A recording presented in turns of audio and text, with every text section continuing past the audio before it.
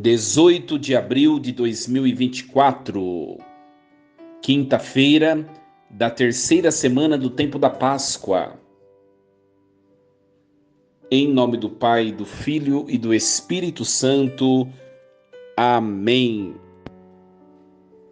Meus queridos filhos e filhas, muito bom dia.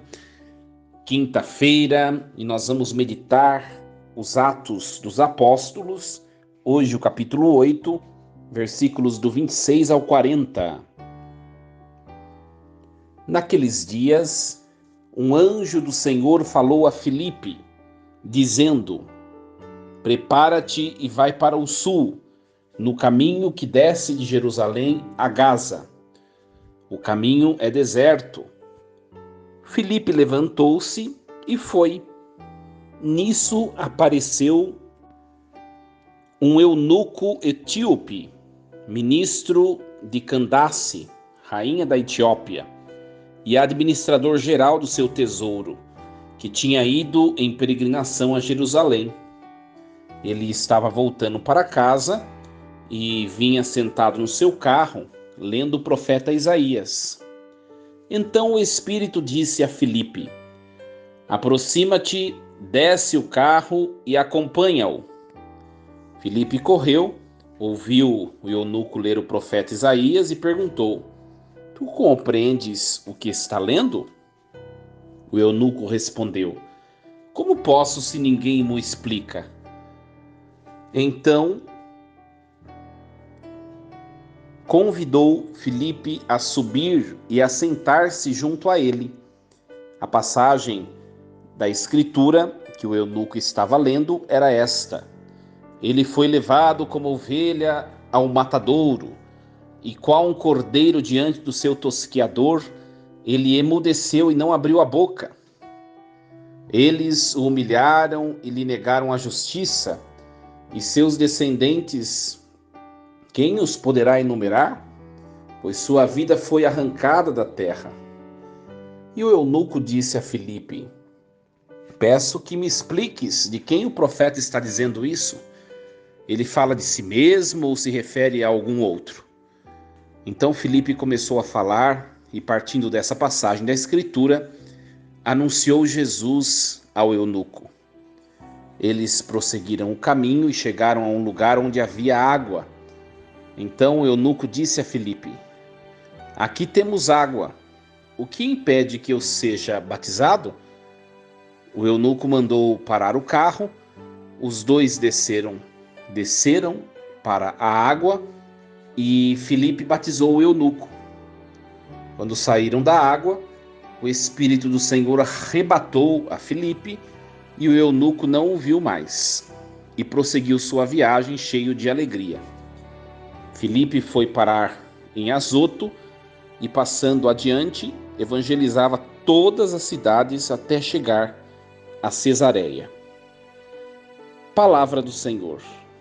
Graças a Deus.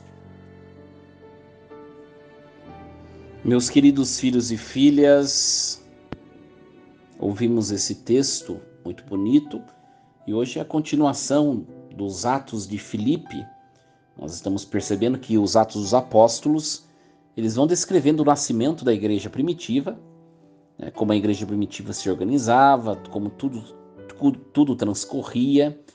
E nessa sucessão de fatos, nós vamos acompanhar algumas personagens importantes, né?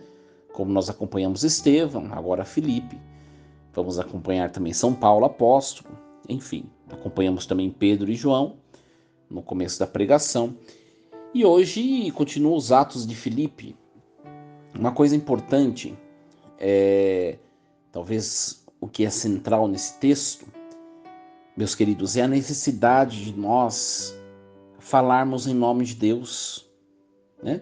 Se a gente for pensar bem, minha gente, Deus ele não precisaria de nós para nada, né?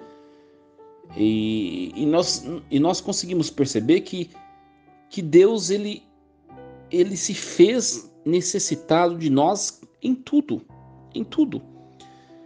E a gente se pergunta, mas por que Deus fez isso, né?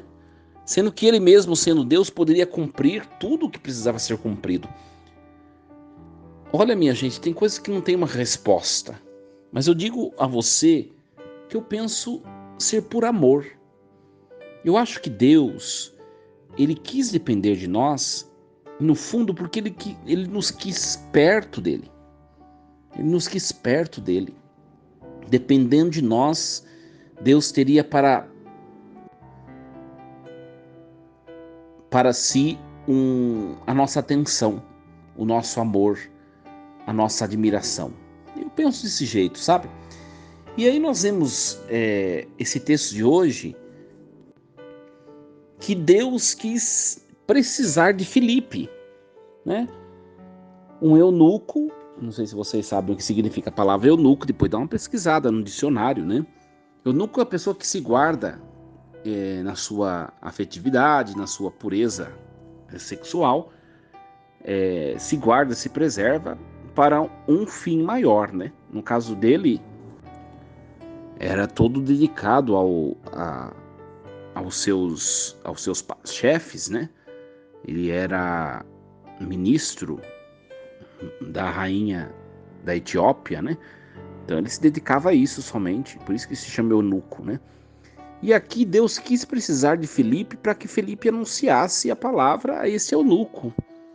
É muito interessante que no diálogo entre eles, né? Filipe pergunta: você está lendo o profeta Isaías?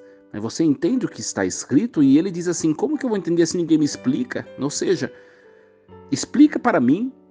E aí Filipe, ele anuncia o evangelho de tal modo, minha gente, que esse eunuco, que era de outra cultura, de outra religião, com toda certeza, pela pregação, pela explicação, pela catequese de Filipe, esse eunuco decide ser batizado. Ou seja, ele decide abraçar a fé cristã. Olha a importância das palavras, do ensino, né? Desse diácono Filipe. E aí um ponto para a gente poder refletir, né, minha gente? Porque também nós recebemos de Deus a missão de falar de Jesus, de anunciar o bem, de anunciar valores, de transmitir valores. E a grande questão que nos vem é: nós estamos fazendo da melhor maneira possível que nós podemos, da melhor maneira que nós podemos fazer o anúncio do evangelho, o transmitir valores, o também renunciar valores que se contrapõem à fé cristã, né? No fundo, a pergunta é: nós temos sido catequistas, como Filipe foi um bom catequista desse eunuco, a ponto de convencê-lo a mudar de fé, a mudar de credo, a mudar de religião, a abraçar o batismo? Sabe que eu vejo muitas vezes em nós, minha gente? Eu não estou apontando para você que está me escutando, não. Estou começando por mim, que estou a falar.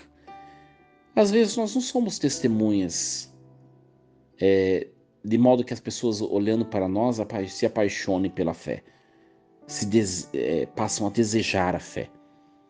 Às vezes nós não somos isso, né? Às vezes nós não ensinamos a verdade, às vezes nós não ensinamos a palavra de Deus, né? E uma hora a conta vem. Por quê? Porque Deus também nos deu esta missão. Deus também nos deu essa missão. Por isso que eu sempre falo: olha, minha gente, nós precisamos estudar a palavra de Deus, a doutrina da igreja. Minha gente, olha, grave bem o que o padre vai dizer. Não dá mais nos dias em que nós vivemos, nesses dias de hoje.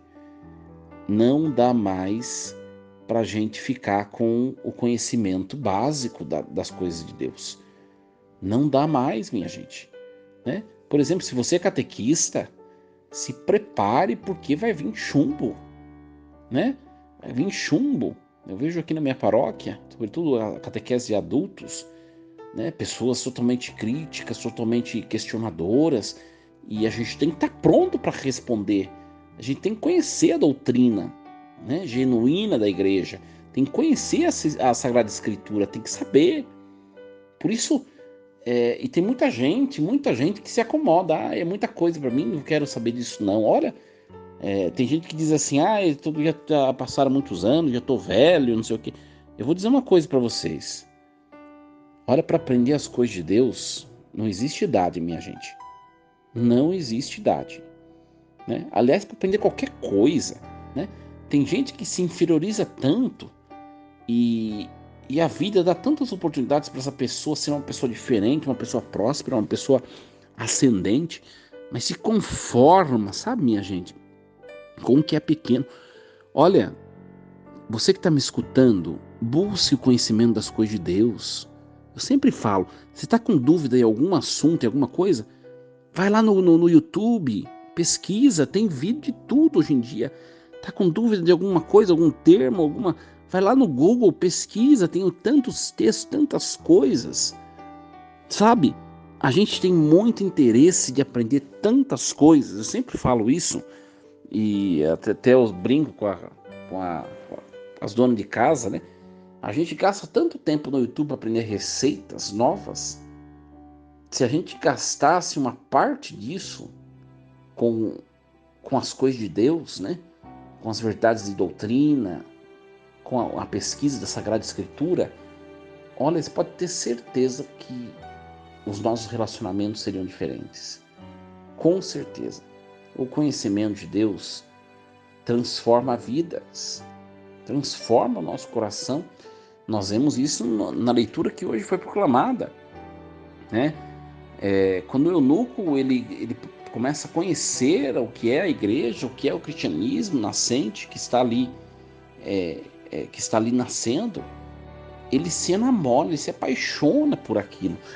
A nossa missão, minha gente, com o nosso testemunho, não somente com palavras, viu? Mas com o nosso testemunho como um todo, é fazer as pessoas se apaixonarem por Jesus Cristo. Só que a gente não consegue fazer isso se nós mesmos não estamos apaixonados por Jesus. Sabe? Fé fria, fé fraca, fé baixa. Pensamos nessa ocasião que Deus alimente em nós a fé. Nossa fé cresça, seja abundante. Força e coragem.